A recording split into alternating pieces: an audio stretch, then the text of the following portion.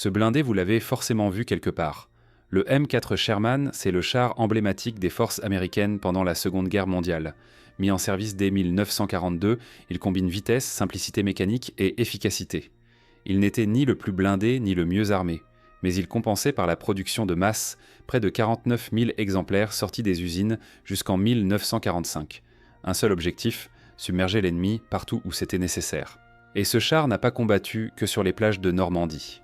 Grâce au programme Pré-Baille, l'Union soviétique a reçu environ 4100 Sherman M4A2, notamment entre 1943 et 1945.